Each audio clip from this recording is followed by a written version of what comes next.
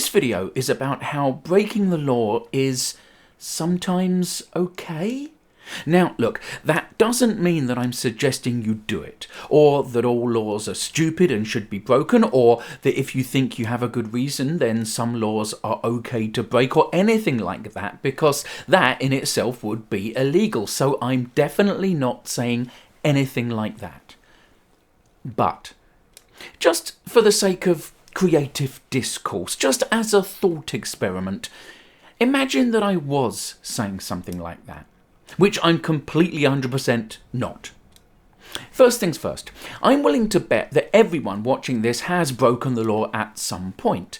I'm sure we'll all agree that there are some real, actual laws that should just be, ignored.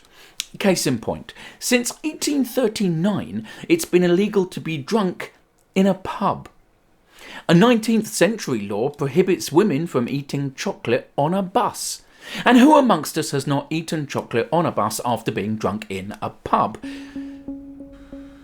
The first real hobby I had when I was a kid, the first thing I had that was entirely mine, that I was really passionate about, was playing with computers.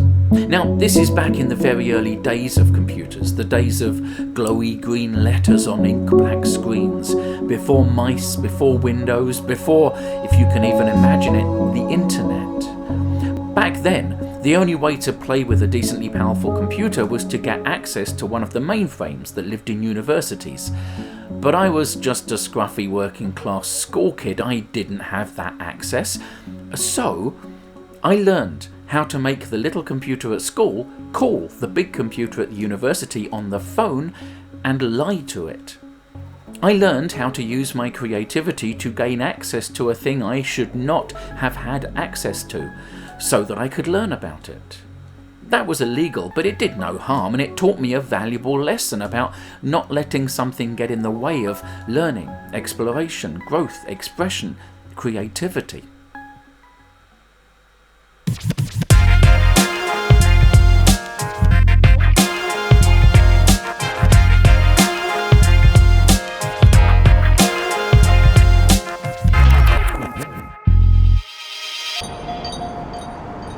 A few years later, when I was a young teenager, I got obsessed with early hip-hop culture.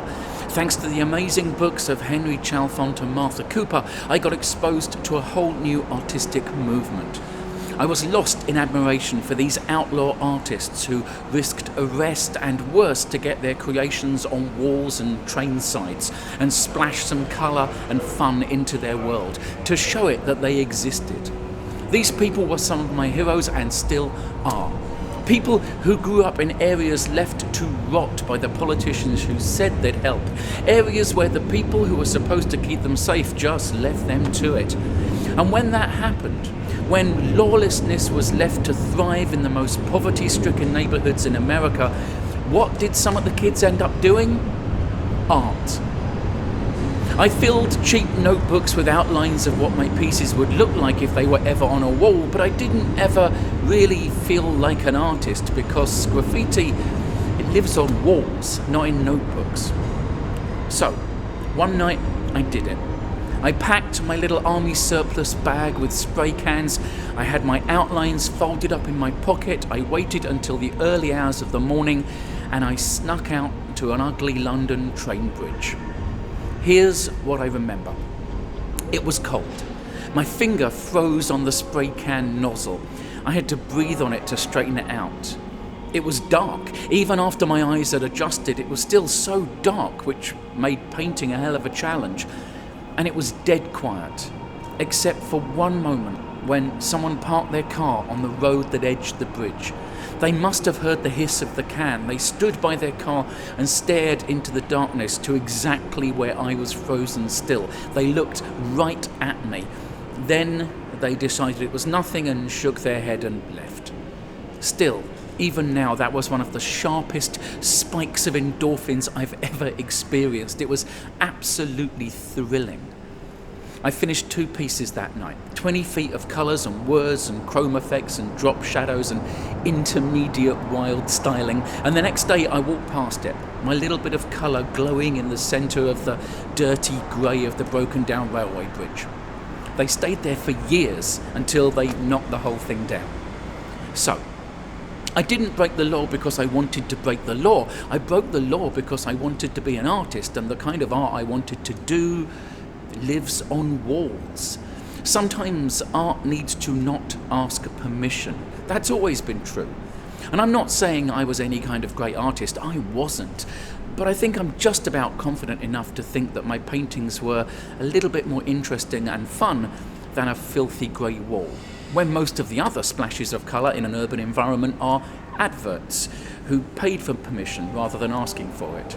I didn't, and I still don't feel bad about that little bit of rule breaking. I still love hip-hop and graffiti, but as a consumer rather than a creator, because pretty soon after that I found a whole new set of outlaw artists. Street performing is at the same time basic and simple, and profound and complicated. And like all art and culture, it's unavoidably political. A street performer will find a pitch, and after making sure that it's not privately owned and that there's sufficient walk-by crowd that an audience can gather, and that once that audience has gathered, they won't cause an obstruction or block access to anything. Once those and dozens of other criteria have been satisfied, the street performer will then, through stagecraft, psychology and charisma, transform that street into something new. They cast a spell using art that conjures a theatre out of the pavement. That theatre exists only while there are people watching someone do something.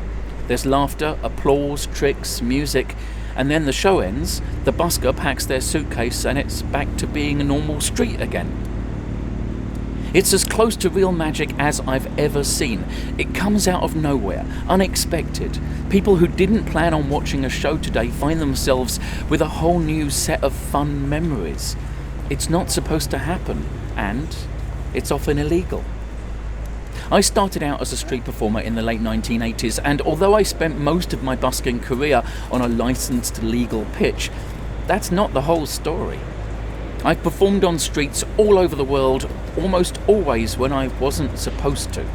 I've done shows in Chinatown and been given the street level okay from amused local thugs. I've done shows in well-heeled English tourist traps and had off-duty cops offer to run hecklers out of town for me. I've done shows in Africa and showed local street dancers the tricks to make a better living from it. I did a show once in Valletta, the capital city of Malta, and drew a crowd big enough that it blocked the only way in or out of the city. I ended up in the police station for that one, but I also made the papers and got a gig out of it, so totally worth it. I haven't worked an illegal pitch in a very long time, but still, take me to any town centre and I'll show you where the pitch is.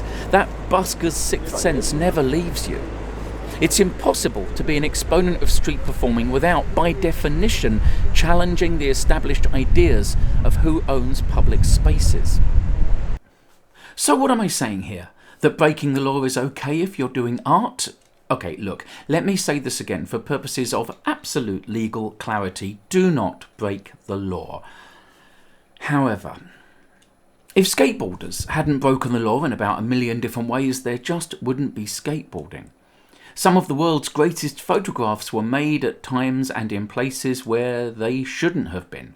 But by doing that, they showed the world a previously hidden truth.